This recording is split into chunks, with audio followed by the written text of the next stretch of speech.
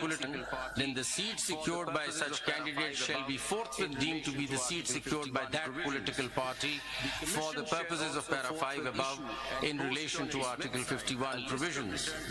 The Commission shall also forthwith issue and post on its website a list of returned candidates, now MNAs, and seats to which this para applies within 7 days after the last date on which the political party may file its confirmation, and shall simultaneously file a compliance report in the court.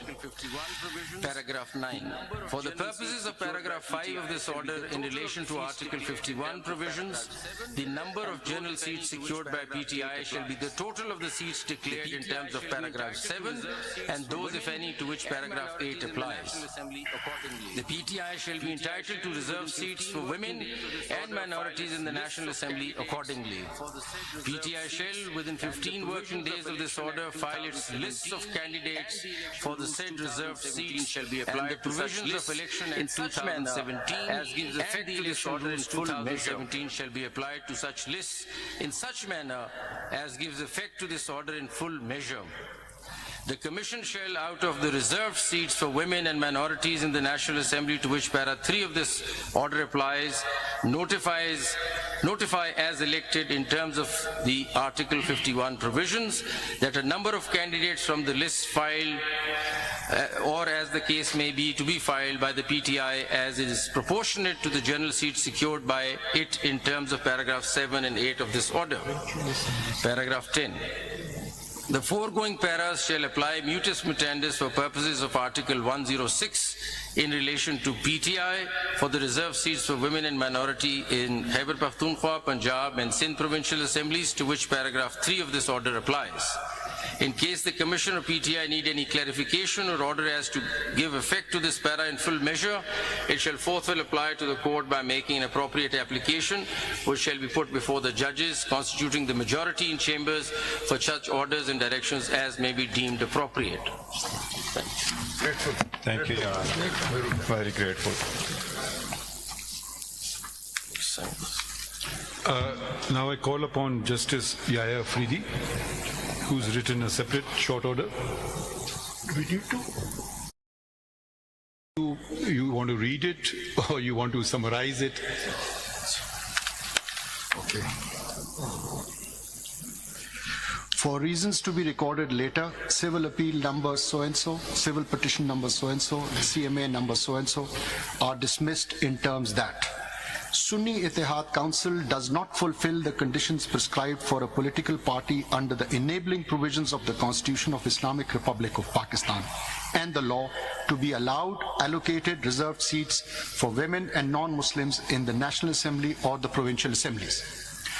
Pakistan Tehreek-e-Insaf fulfills the conditions prescribed for a political party under the enabling provisions of the Constitution and the law to be allowed allocated reserved seats for women and non-Muslims in terms that a candidate for a seat in the National Assembly or the Provincial Assembly who in his or her nomination paper has declared on oath to belong to PTI and duly submitted a certificate of the same political party confirming that he/she is the nominated candidate of PTI for the respective constituency shall remain so and cannot be declared independent unless he/she submitted a written declaration to the Election Commission of Pakistan or the returning officer to be treated as a candidate of another political party or as an independent candidate.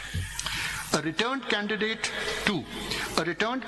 to the National Assembly or the Provincial Assembly who in his nomination paper has declared on oath to belong to PTI and duly submitted a certificate of the same political party confirming that he/she is the nominated candidate of PTI for the respective constituency shall remain so.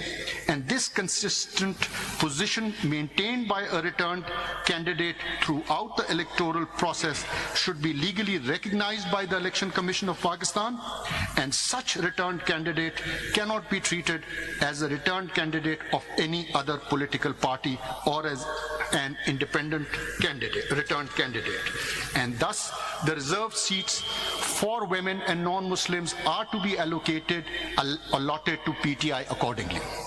A candidate nominated, number 3, a candidate nominated by PTI for a constituency of a National Assembly or a Provincial Assembly who, after being declared returned, joined another party or sought to be treated as an independent, raises serious concerns about disregarding the trust reposed in him or her by the voters, thus undermining the will of the people. And number 4, the legal implications, effects, consequences of the determination made above in paragraph 2.2 and 2.3, as well as the actions or inactions of Election Commission of Pakistan thereon, although deeply concerning, have not been challenged in the present appeals and petitions, and the persons who would be affected or aggrieved are not parties before this court. Therefore, issuing a definite direction to the Election Commission qua the allocation of specified number of reserved seats for women and non-Muslims to a political party in the National Assembly and the Provincial Assembly would not be legally appropriate. Accordingly, the Election Commission of Pakistan is directed to decide the allocation of reserved seats for women and non-Muslims to political parties in the National Assembly and the Provincial Assembly in the light of the determinations made herein above, after providing opportunity of hearing to the parties concerned, and if required, revisit its earlier decisions on the matter. The needful be done within 7 days of receipt of this order. Thank you. Thank you. Justice Aminuddin Khan sir. For the reasons to be recorded later, I dismiss the appeals, petitions, as well as CMAs, and the judgment of the Peshawar High Court is upheld. Has anyone agreed with you? My Lord, I, Justice Naeem Akhtar, concur with Honorable Justice Aminuddin Khan, and for the reasons to be recorded later on, I am also dismissing all the appeals, petitions and CMAs and uphold the judgment of the Peshawar High Court. Thank you. Now I read Justice Jamal Khan Mandokhel's order, with which I agree. For the reasons to be recorded later, we dispose of these appeals, petitions, and miscellaneous applications through a short order as under. These matters involve a controversy regarding the allocation of seats reserved for women and non-Muslims. The Sunni Ittihad Council, SIC, did not contest the general elections of the year 2024. SIC, which demands allocation of reserved seats on account of inclusion of independent parliamentarians in it, did not secure a single seat in the National Assembly or any of the provincial assemblies, nor submitted a list of its candidates for seats reserved for women and non-Muslims. Thus, it is not entitled to any of the reserved seats either in the National Assembly or in the provincial assemblies. The impugned judgment in order dated 1st March 2024 of the Election Commission of Pakistan, hereinafter ECP, to such extent is upheld. Under Article 51 within bracket 3 of the Constitution of the Islamic Republic of Pakistan, the total number of seats in the National Assembly shall be 326, out of which 60 seats are reserved for women and 10 seats for non-Muslims. Such right of women and non-Muslims has been guaranteed by the Constitution. They shall be elected in accordance with law through proportional representation system of political parties list of candidates on the basis of total number of general seats secured by each political party from the province concerned in the National Assembly and the provincial assemblies as provided by Article 51 within bracket 6 clauses D and E of the Constitution. Therefore, they cannot be deprived of their such right by leaving these seats vacant, and all reserved seats shall be filled in as provided by Article 224(6) of the Constitution. The impugned judgment of the High Court and the said order of the ECP to the extent of proportional representation, distribution of seats amongst the parties which won and secured seats is also maintained. However, since the ECP calculated and allocated the seats to the parties by the exclusion of the Pakistan Tehreek-e-Insaf, PTI, candidates, therefore to such extent the impugned judgment of the High Court and the order of the ECP are set aside. During the hearing, it transpired that a number of candidates had submitted their nomination papers with a declaration on oath that they belonged to PTI, supported by an affiliation certificate of the said party. But some did not submit affiliation certificates of PTI. They are members of national and respective provincial assemblies affiliated with PTI. The ECP, by misinterpreting the judgment of this court dated 13 January 2024, which was regarding non-holding intra-party elections in PTI, wrongly mentioned the said candidates of the PTI as independents in Form 33 of the election rules.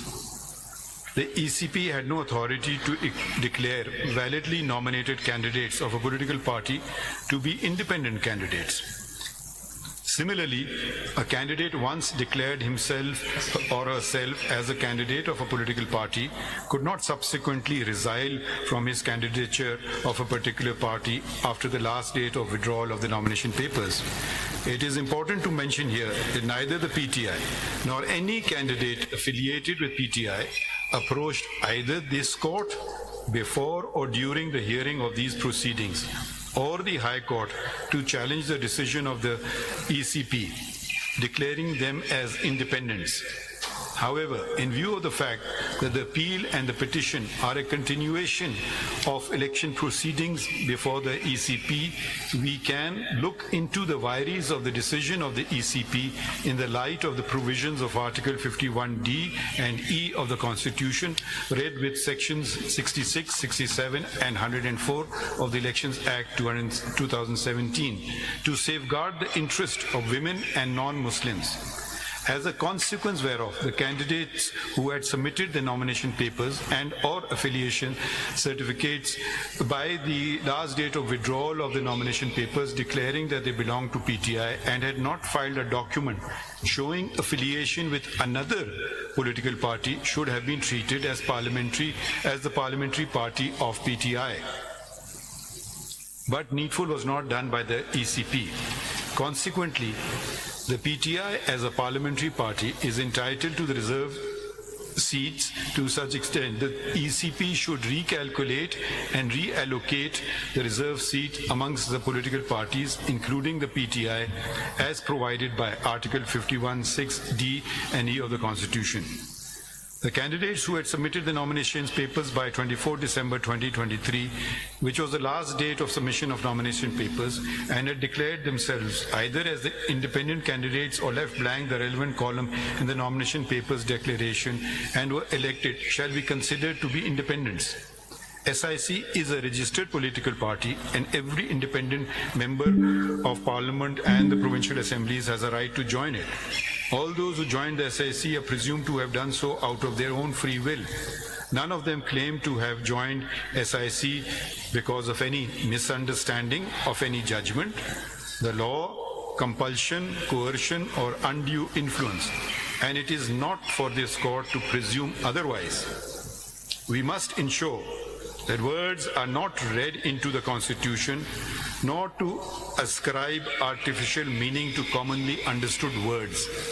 We must also abide by validly enacted laws and must not do anything either to hinder or to facilitate a political party by ignoring the law's mandate. I think this concludes today's proceedings. Thank you, everyone. Thank you, Sir Honor. Thank you so very much.